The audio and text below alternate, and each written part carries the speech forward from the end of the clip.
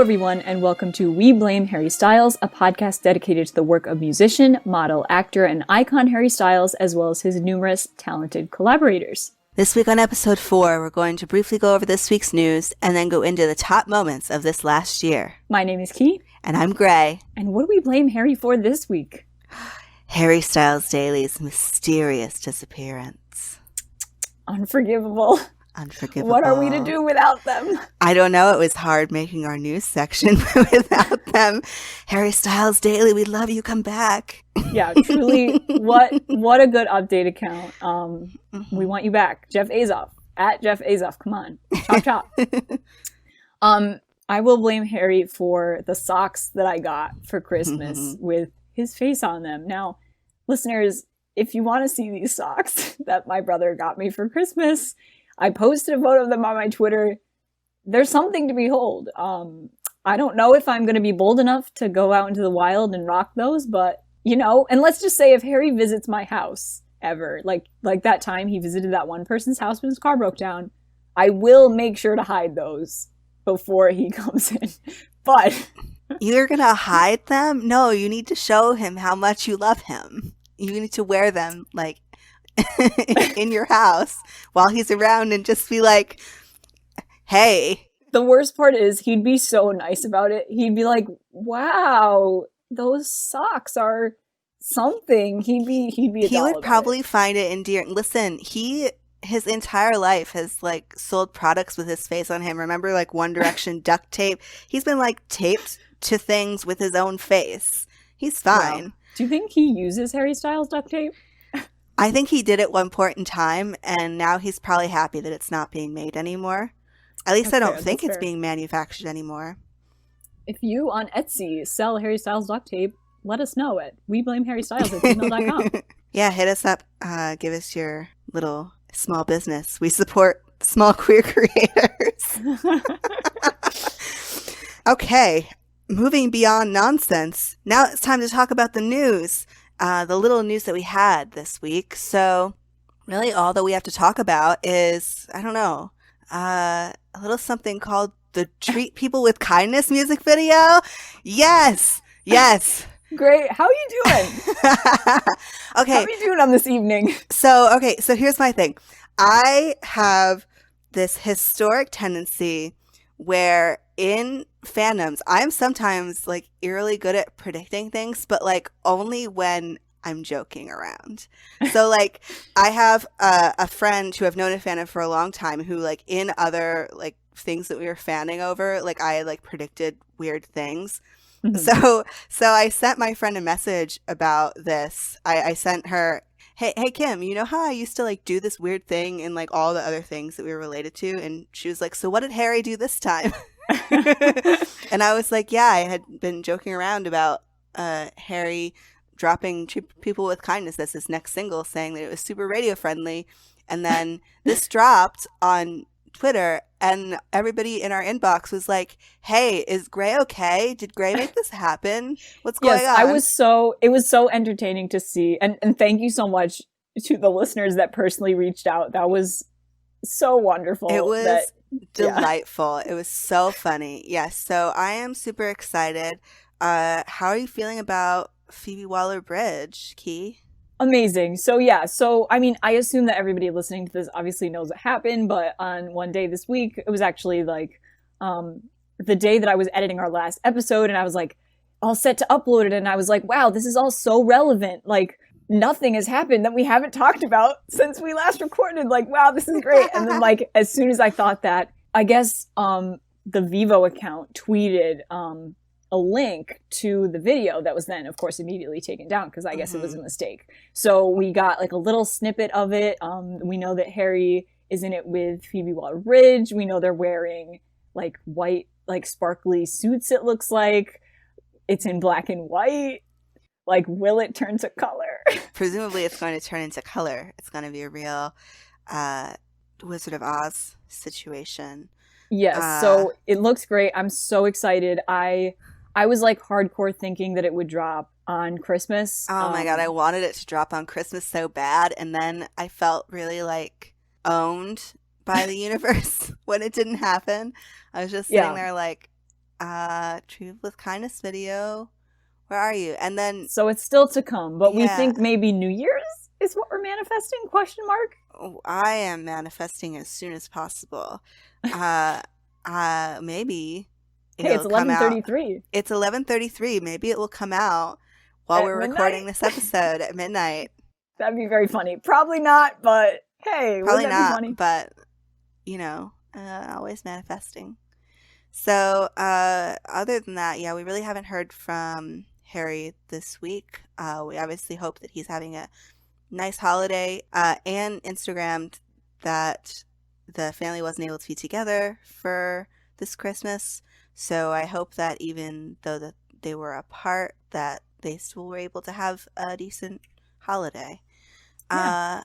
Moving on from the sad news of that, we're going to go into our main segment, which is our 2020 wrap up.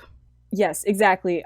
So we thought we'd just kind of wrap up the year. This is gonna be a shorter episode, hopefully, than normal. Hopefully we can keep it short. We kind of historically have a problem with that, but we'll see. Yeah, so we're just gonna kind of take ourselves through the year in Harry and what's actually happened this year in 2020. And yeah, give kind of our top in a couple categories, like our top outfits, our top moments of the year. And so yeah, that's kind of the game plan. And yeah, so and before we get into that, I just want to say too, we're recording this the day after Christmas. Like we said, we hope Harry had a good holiday. We also hope that all listeners have had a good holiday.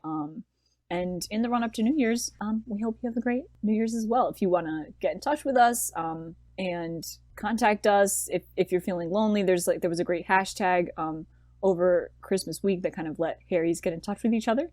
So if you're having a great holiday, we are happy to hear that. And if you're not, there are people out there that you can contact. So yeah, just wanted to kind of say that before we get into it.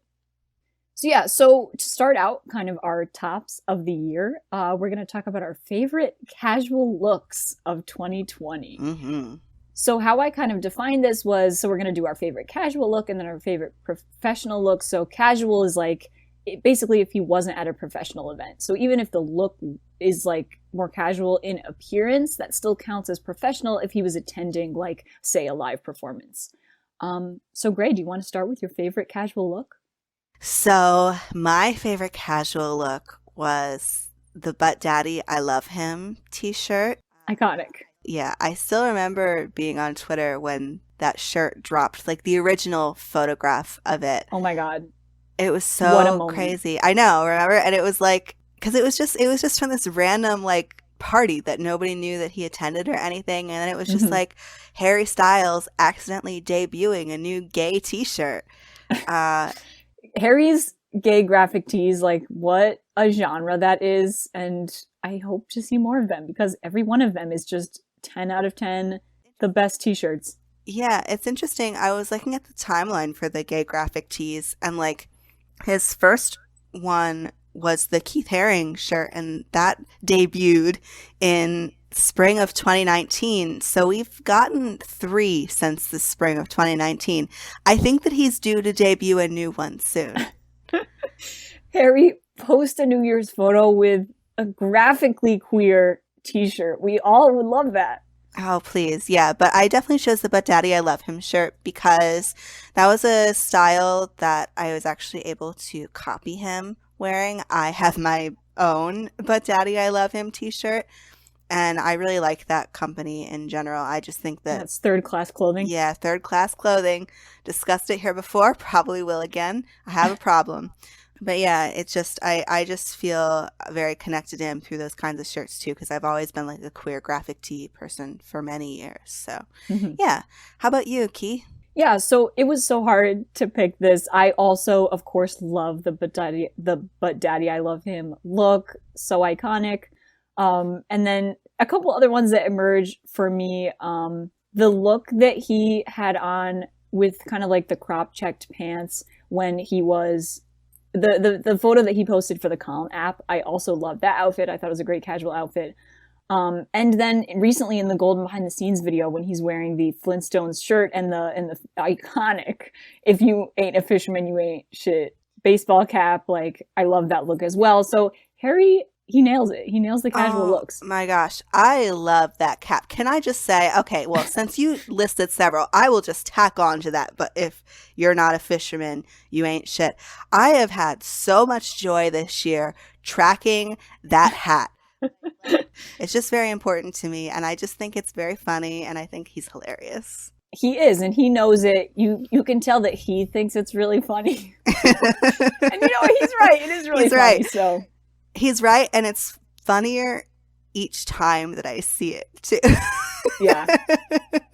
But yeah, so that, what a great, like, yeah, so that kind of sums up like his top casual looks of the era. Like, there's again, there's so many we could name, but my favorite, what I would say for my ultimate fave, has got to be mustachery. Mm-hmm. So that is the green and white shirt with the jeans in Italy, with the first photo of him in Italy that we saw. But of course, the most iconic aspect of the look is that it debuted The mustache. mustache. Harry and a mustache. This was such a moment on social media when this happened. I miss the mustache. I do. Yeah, it's definitely like a specific look, and it complements certain, times and places and not others. So I think he knows when to employ it. He And definitely, yeah. he understands the power of it, and he knows how to use it to its best potential. Yeah, the mustache, like I posted, I remember, so when this happened on Twitter at first, like everybody flipped, and it was so divisive. Like I remember fights breaking out, like, well, people were like, yes, mustachery, this is iconic, and then other people were like, this look must die, it's terrible, and those people have no taste. Oh, I had a friend who, yeah, it was divisive, because I had a friend in my inbox who was like, this mustache needs to die with fire. Yeah, and those people are wrong. Mustachery is iconic. I tweeted out a comparison picture of Harry and Freddie Mercury when this happened. This look is like so like 70s gay. God, I know. It iconic. is. Like it's just it was such a good look. It's so good. Yeah. I was really living when he first posted that. So that I think is my top casual look of the year. So yeah, but Daddy I Love Him, mustachery, taking up the top casual looks of 2020. Yes. So next, we're going to get into our favorite professional looks of this year. So, Gray, do you want to start with that? Kind of give some of your tops and then like your ultimate fave. So I obviously had lots and lots of favorite professional looks. I love the NPR Tiny Desk outfit in our art. I find that endlessly charming. The little Mon Petite chick, at one point I was gonna like embroider. I do embroidery because I'm gay, and so I I have a shirt, and I was gonna embroider like that, like Mon Petite chick onto the shirt because I love it so much. I'm just trying to be Harry Styles so badly. Aren't we all? Oh God! At least the trans masks are, be with it's all in there. I loved a lot of stuff from the Vogue shoot. The Harris Reed in movement skirt I thought was really cool. The one where it was like the big hoop. I thought that was awesome. I thought the Variety banana look. We've obviously discussed that in length, but I thought that was great. But I think that probably my favorite professional look, because of what it debuted, was the Beauty Paper suit. The one where he's being kind of like, his face is made up in that almost kind of like ghoulish makeup, and he's wearing the leather gloves, and he's just like the dark posing. dramatic. Dark dramatic. I love it. I love it so much. And I love it because it was so striking, and it was part of that set of images that was like some of the leading set of images for Beauty Papers. Yeah, I just have such fond memories of Beauty Papers, which we will discuss in a little bit too. But yeah, that's definitely probably why it's my favorite for me. Beauty Papers has been really there for me, man. It's been there for us all. Thank you, Beauty Papers. I know. Thank you, Beauty Papers. How about you? Yeah, so a couple of the ones that I was kind of choosing between, I love the purple look with the hat that was from the Golden video that was actually cut. That didn't appear in the video. I love that so much. I love the green embroidered jacket with the brown corduroys that he wore to the BBC. Of course, the safe sex shirt on that. I think it was a show from New Zealand, maybe. Yeah, it was that he wore on the New Zealand show. Promo. Hmm. Yeah, I loved that too. Yeah, so another one that emerges for me is the yellow Brits look with the purple bow.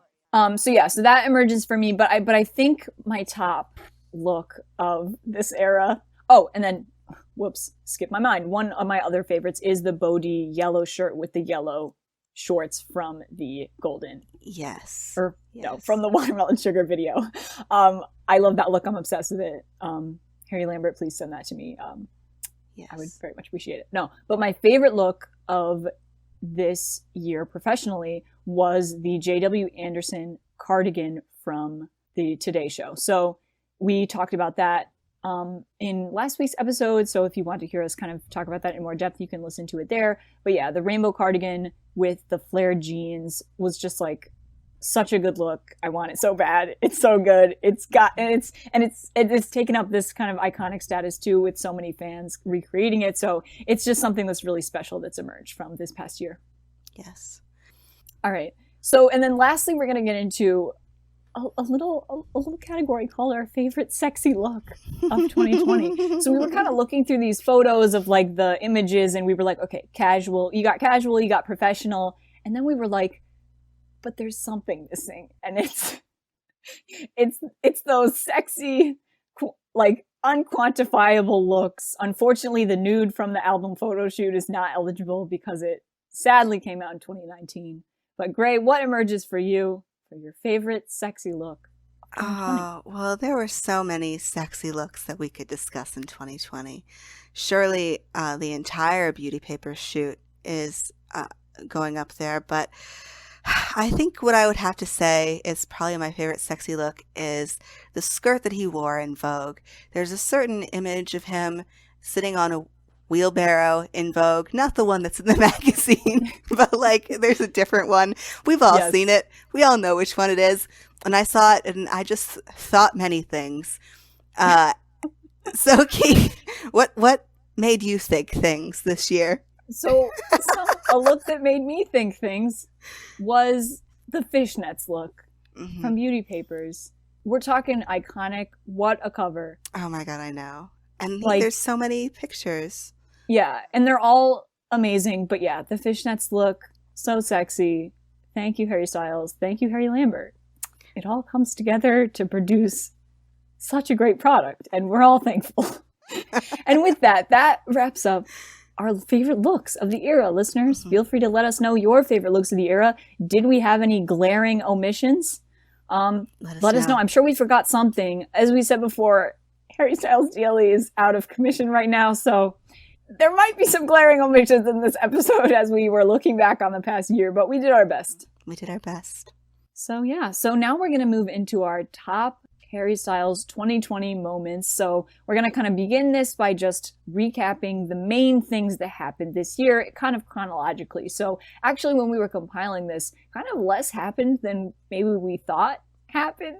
I think it's because Fine Line came out at the end of 2019. So there was just so much stuff at the end of 2019 that kind of feels like it was from this year, but like wasn't actually. But yeah, so the kind of what's kicked off the year was some of these live performances. So there was one, there's the Sirius XM show in New York City. Harry performed live at the BBC. So that was kind of one thing that happened towards the beginning of this year. He performed at the Brits and also released a music video for Falling in February. And then in March, when everything seemed down and out, he released Beauty Papers and a Tiny Desk concert for us. And then actually towards the end of March, he did an interview kind of making a playlist with Zane Lowe towards the beginning of the pandemic. And then after that, we got the Watermelon Sugar music video. And then in July, we got his work with Calm app. So that was fun. It was indeed. And then we got the Golden music video in October. So there is kind of like a break there between July and October. Mhm. And then we got the iconic folk shoot in November. And then he did Bam Bam Bam, so many things. The Gucci film series, his thing with Variety feature. And so then he did the Jingle Ball, which was, I think, the most like the most major recent thing. And yeah, so we've been blessed over the past couple weeks. I feel like a lot has happened. And yeah, so that's kind of our quick recap of all the Harry related things that happened this year. So now we're just kind of we're going to kind of say our top 3 moments that emerge from there as our 3 favorite things that happened this year. So Gray, do you want to start with your number 3 or maybe a runner-up? I would say that my runner-up for favorite stuff of the year would definitely be the Falling music video. I don't necessarily love the song, but I did love seeing the fashion, and I love seeing the behind the scenes of like how filling the room with water worked, and the way that things were painted and all the craftsmanship that went into that video. So that's why that's my runner up. How about you, Key? Yeah, so my runner-up is the Brits. So the Brits towards the beginning of this year were so much fun. That trio of looks was so iconic. And yeah, it was so much fun. So the performance was great with the water. And it was towards the beginning of like when I started being on social media and the fandom, and it was such a fun moment to experience with everybody. And then finally something that emerges from the Brits was the antics of the Brits. So Harry and Lizzo is a strong memory. Jack Whitehall's jokes with Harry were great. Harry running around and taking snacks from people's tables was great. Drinking straight tequila. Yeah. Oh yeah, that was so funny. Him. So my runner-up would probably be the Brits. All right, so I guess we're gonna do 3, 2, 1. So I would say that my number 3 moment of the year was the Tiny Desk concert that came out in March. I just thought that was really fun. There was so much anticipation for the Tiny Desk concert, I think, because we all knew that he had been down to Washington, D.C. and recorded something with NPR there. And I still remember people were passing around photos, and we had kind of seen like a little bit what he was wearing, and we were like, we want this Tiny Desk concert to come. When's it coming? When's it coming? And then it came, and it's of course amazing and totally worth the wait. The outfit is incredible. Everybody sounds amazing. The version of Cherry on there that opens it, oh my God, it's like incredible. It's I think it's obviously one of the only times that To Be So Lonely has been played live. Oh, yeah, true. I didn't think about that. Yeah, which I think that's really special. Yeah, just a very, very special performance, and just very lovely and sweet. It was so soft. It was like what he was wearing was soft. I remember that was when he did the little thing where he described what he was wearing, right? So an interviewer asked him to describe what he was wearing, and he was like, I'm wearing a chick sweater. And it was just, there's like such a good energy, such like a nice warm energy that was from the Tiny Desk concert. And yeah, it's a good memory. And and NPR was like so respectful, and he was great back, and so it's just wonderful. One of my favorite memories, I have to say, from around the time of its release was people who were talking about the lead up to the Tiny Desk concert, because I remember they were like, we invited Harry to come to Tiny Desk, and we didn't realize the amount of like fan energy towards him until before he even got here. We noticed, we were like, are there teenage girls hanging outside of the NPR Tiny Desk office? Are they just like hanging out down there? And they were like, why are they here? And then, oh, it's because Harry Styles is nearby. Yeah, and not to say, of course, that all Harry's fans are teenage girls. Oh, of course not. The hosts of this podcast are evidence too. But and I remember them saying too. I actually, that one doesn't ring a bell, but I do remember them saying that all of the staff at NPR were like converging on the performance space, which they said hadn't happened with some other guests. So yeah, it's clear they loved it. The fans loved it. It was a great moment. It was great. Yeah. Okay. So what was your number 3, Key? Yeah, so my number 3 is kind of something that I think might not be something that some people even remember. I don't know. Tell me if I'm wrong. This stood out as a special moment for me, and maybe it was because it kind of coincided with the beginning of the pandemic. But that was his interview with Zane Lowe at the end of March, where he kind of made a playlist, and it was just kind of like maybe 2 hours of them just talking and Harry sharing some music that was special to him. And yeah, so I was I remember this day specifically, like I was just having like a crap day at work, like, and I was like kind of down about it, and it was just the most like Mm-hmm. beautiful 2 hours. It just immediately lifted my mood. It was so special. Just and I think something that I loved about it so much too was that so many of the songs I didn't know. So it was really cool to kind of get exposed to new artists and new music that, you know, Harry listens to and that are special to him. And there were some songs on it that I did know and that are songs that are really personally special to me that I guess are also special to Harry. And so two that emerged from that for me were Simon and Garfunkel's America, which like is one of my favorite songs. I listen to it all the time and I have since I was a little kid, and Billy Joel's Summer Highland Falls. So both of those songs are like really personally special to me. My dad introduced me to like a lot of the music that I like, and Billy Joel and Simon and Garfunkel are like a big part of that. And so it just made me feel so close to Harry, I guess, to be like listening to this playlist live, like as him and Zayn were talking about it. And then yeah, suddenly like Billy Joel was playing and I was like, okay, maybe it's because I was having a rough day, but I cried a little bit because I was just like, wow, like it's a really personally special song to me. So to hear that from Harry's playlist in kind of a surprise moment was just really special to me. And so that emerges for me as one of my top moments of the year for me. Mm-hmm.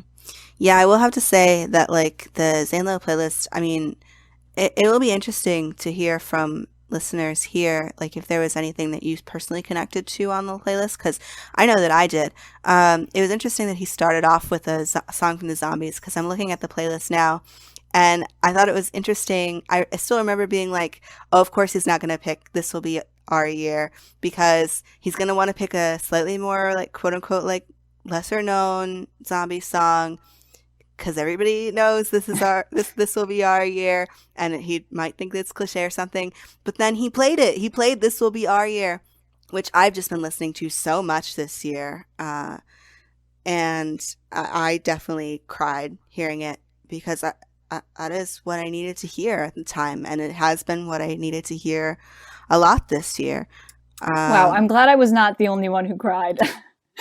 at this playlist with Zane Lowe. Yeah, no, gonna earn our explicit rating by saying This Will Be Our Year fucks. So love that. Yeah, thank you, Zane Lowe, thank you, because Zane. we can't put like obviously. So Fine Line obviously would be in here if it came out in 2020. Alas, it did not. But Zane Lowe's interview with Harry would be in here too if it came out in 2020. Yeah, because yeah. Zane Lowe is such a good interviewer, and he's so empathetic and he's so respectful, and he just knows how to get people to talk about things in such an interesting way. And so yeah, so Zane Lowe I was so happy to get a second little thing with Zane Lowe this year. And so yeah, that's my number 3. Okay, well, number 2, I'll have to say the Watermelon Sugar music video, which is just, I mean, what else is there to say about the Watermelon Sugar music video? Yeah, I feel like since it's his number 1 song, like so much has been said about Watermelon Sugar. I feel like everything in it is instantly iconic. Like 10 years from now, there's still going to be like little parodies about what things in the Watermelon Sugar music video like looked like, and people talking about like what a moment certain fashions in it were, and like yeah, the fashion really emerges for me as like my favorite thing about it. I think like Harry Lambert, we talked about this in our episode last week, his stylings in it were amazing on Harry, and then he collaborated with another stylist styling all the other people in the video, and they all work so well together. It's just such a cohesive aesthetic for the video. And so yeah, I think the styling and the fashion is my favorite part of it. I mean, just everybody in the music video looked great. The women were beautiful, the men were beautiful. I really looked like they were having a great time, giving each other pleasure in all sorts of ways. So I just loved it. I thought it was great. Yeah, I did too. This video is dedicated to touching. A nice thing in this time of coronavirus to get something like that. Yeah. All right, so what emerges for me as my second favorite Harry moment of the year is the Vogue cover. So it sucked that this was kind of marred by the controversy that it eventually was marred by. The shoot is so beautiful. The cover is so beautiful. it was so much fun being on Twitter when that dropped. I remember waking up and it had already dropped, and I scrolled through everybody's tweets, and then Twitter just stopped because there were just so many tweets about it that it wouldn't even let me see the first ones when it first came out because everybody had so much to say. It was like, what a beautiful shoot. Like we've kind of talked about in last week's episode, there's kind of a natural progression to this era in terms of the fashion, and to see Harry in a dress on the cover of Vogue it was so special, and yeah, it again, like I kind of said, it sucked that there was kind of this controversy associated with it, but that doesn't take away from me from the shoot itself and how great of a shoot and interview that was. It was so crazy seeing it just drop that morning, because it's not the kind of thing that you expect to just be dropped. With no warning, he's on the cover of Vogue. It was just instantly iconic. If Harry's going to be talked about and discoursed about, I'm glad that it was about Vogue. I'm glad that he got to have this accomplishment, that he and his team got to have this accomplishment, that he got to look so fucking good doing it, I love that. What a good way to put it. Yeah, that was an awesome moment. All right, so now I believe we're on to our top moment of the year. So what was your top Harry Styles moment of 2020? Beauty papers! Yes, I love beauty papers. We both love beauty papers, but since he really went off about it last week, it's my turn now. I just thought, like, what else is there to say about beauty papers? There's just so much mystery behind it. Like, I said, last week, I would love to have like an oral history of beauty papers, and totally. It's something that we're never going to get probably, but I would just love to know more about it, which makes it all the more mysterious. Like, I still look at some of the images and I can't believe that we have them. Like, the image, I feel the same way. I know the image of obviously there's the most familiar images of the fishnets and of the suit, but like I don't think enough about the hair, like the Harris Reed headdress and the white face paint, and in the bathrobe, I think because it almost doesn't seem real. Yeah, it definitely has this feeling. It is kind of surreal, the beauty papers shoot, because we didn't get very much information about it. And when it happened, it was kind of like this liminal time. Like, I know. Where I guess it was like, I forget exactly when it happened, but I guess it was like before COVID-19 happened, but then like pretty soon after, like everything started getting shut down and kind of everything changed. So it was kind of like the last gasp of something, and it gives it kind of this surreal feeling. So yeah, beauty papers is like, we kind of wanted to, give a variety of things for this top three. So we made sure to choose different ones, but beauty papers definitely up there for me too. It's what a great moment this year. Yeah. It just, I mean, I would not be displeased if he did another feature in there or something similar somewhere else, but who knows. Now, Key, what was your number one this year? So one of the biggest things that happened this year that was one of my favorites was the Golden music video. So that's kind of coupled together like with the behind the scenes video and all the things that kind of emerged from that. I loved the Golden video. I'm obsessed with all the fashion in it. It was so much fun, again, to be on social media when that happened. Everybody was so excited about it. It was kind of, we hadn't gotten anything at that point in a little while. And so it was just so exciting and so much fun. And yeah, I just was obsessed with it. And it was just such a moment of joy this fall to get that. So that, I think, emerges for me as my top Harry moment of the year. And the lead up to it was so fun, like seeing Harry in Italy in the driving gloves, and initially like not knowing what he was doing there. Because initially I was just like, oh, he's taken up wearing driving gloves now.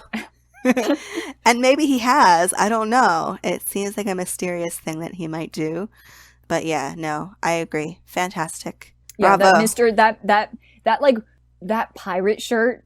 It's like a pirate shirt. It's like a Mr. Darcy like romance movie shirt. Like that that part of the video. Again, all the fashion in the video is iconic. We could spend forever talking about it. The beautiful high-waisted pants, the yellow hat. But yeah, that white billowy shirt, I've always wanted a white billowy shirt, and Yeah. I'll always remember Harry running through the forest wearing that shirt. It's the gay Mr. Darcy look. Well, Harry, be in a gay version of Pride and Prejudice and wear the shirt. oh my God. Can you believe that there's no gay adaptations of Pride and Prejudice? A sin, yes? Yeah, I haven't even thought about that, but now that you've said that, that's perfect. And I'm looking at calling up directors that I can that I can ask to take that on. Ring. Yeah. So that was a beautiful moment this year. And yeah. So that kind of sums up our year-end wrap-up. Let us know if you think we missed anything. I'd be so curious to know what your top Harry moment of the year is. You can tweet that at us at Harry Styles Pod or email us your top Harry moments, WeBlameHarryStyles@gmail.com. Yeah, get in touch. I'd be so curious to know. Or you can now send us an ask on tumblr.hell. True! And tell us what you think of that. Because that is the new thing that we have, a tumblr.hell account. Tumblr. At Harry Styles Pod on there as well. Speaking of hell, it's now time to move into a section we like to call Must Get Rid of Toxic in Community, where we talk about toxic hate comments that we've seen online, poke a little fun at them, have a little laugh. We're doing something a little special this week. Because it is a year end, we thought that we would like to give an award to the discourse of the year. So, after fierce discussion and debate, Key and I have decided to award Discourse of the Year to the Vogue Dress Discourse. Everybody give a clap. Clap, clap, clap. You know, there have been so many things that have been hashed out in this fandom, but Vogue really was the one discourse to gain international publication. Yeah, and it was a nightmare to live through, but it was a nightmare definitely to live emerges as one of the most significant moments of this year. It upset almost everybody on the political spectrum, from weirdo conservatives to posturing homosexuals. Who think they're too good for... think they're too good for Harry Styles. Yeah. To people who just like to be angry. Yeah, so that sucks that happened, but yeah, congrats to Candace Owens, Ben Shapiro, Donald Trump Jr., Ted Cruz, Matt Walsh. Am I missing anyone? So many people. So many people have had takes. So many publications. Dazed, Paper Magazine. Oh God. So many publications I'll be avoiding from now on because of their terrible, terrible takes. Oh, goodness gracious. Yeah, so when we're calling out the dumbest comments of the year, that definitely emerges for me as the source of the most dumb things that I've seen regarding Harry this year. And the therapy I've had to work through some of them. Oh, God. Thank you so much, the ether of the online, for sharing your inane comments with us. We look forward to seeing more of them in 2021. Or not. Or not. Please don't. I'd love to not. I'd love if Harry could just express femininity and for it to not ensue backlash. That'd be great. I love that. Oh, and I would love $1 million. Yeah. Okay. Well, in our outro, Key, are you looking forward to some non-Harry things this week? What do you got? Yeah. What blessings do you got in your future? So last week I talked about rom-coms, and you know what? I have more rom-coms. Oh. So today I watched Bridget Jones's Baby, which was the third in a series of films, which I'm sure listeners are aware of. And it was a lot better than the second movie. Was it a good movie? I think so. I don't know. It's unclear to me, but I enjoyed watching it a lot. Been loving rom-coms this time of year. There's a couple of movies that came out on streaming due to kind of Christmas and because Christmas is the biggest box office weekend usually, and so some streaming services release movies that normally would be released in theaters. So yesterday I watched Pixar's Soul, which was really good. I'd really recommend that. That's on Disney+. Oh, is it good? I was thinking about watching that. Yeah, and it takes place in New York City. So I thought that might appeal to you, and you might have some takes or thoughts about that and its portrayal of New York. So I really enjoyed that movie, and I haven't seen Wonder Woman 1984 yet, but I'm also looking forward to that. Ooh, so that is what my next week will look like, is watching all these movies. What about you? So yesterday I rewatched the 2008 production of Rent for Christmas, which is a great Christmas movie to watch. Would I say it's superior to the film version? Yes, but I do also like the film version because they are both my trash. Maureen is the evil bisexual of my soul. Everybody's always giving their all with Rent. Always. Can I recommend it unproblematically? No. Should you watch it? Maybe. That really is the question with Rent. Should you watch it? Maybe. I latched onto it when I was 15, and so now I'm rent poisoned. In terms of other things that have been bringing me joy, I'm in a really weird part of YouTube right now where I'm kind of like getting recommended really old, like Harry Styles facts YouTubes and Harry Styles, like really old Harry Styles imagines. And so I'm kind of in this place where sometimes when I just have like an hour, I'll just like mainline these really old videos made by, I don't know, like shout out to like 15-year-old directioners telling me that Harry's real name is Harold, and that he likes girls who are adventurous more than he likes girls who don't do anything. Like I don't know what it is about it, but I cherish these videos. If you are a former 15-year-old girl who made these videos, I love you. Like, thank you for bringing me joy. So you're giving the YouTuber Curtis Connor content in this new year, who makes great videos about terrible 1D and Harry Styles imagines. Mm-hmm. Mm-hmm. All right. Well, do you want to lead us out of here? Yeah, so you can contact us at weblameharrystyles@gmail.com on Twitter and Tumblr. We can be found at Harry Styles Pod. Follow us there, DM us there, let us know what you think of the show. You can rate and review our podcast. And yeah, we'd so appreciate that if you chose to do that. Subscribe to us on your preferred podcast host to become notified of our next episode. Thank you for listening. We love you. Happy holidays. Happy New Year. Happy, hopefully, Treat People with Kindness music video soon. Yes. Okay. Talk to you next time. Bye-bye, loves. Bye, everyone.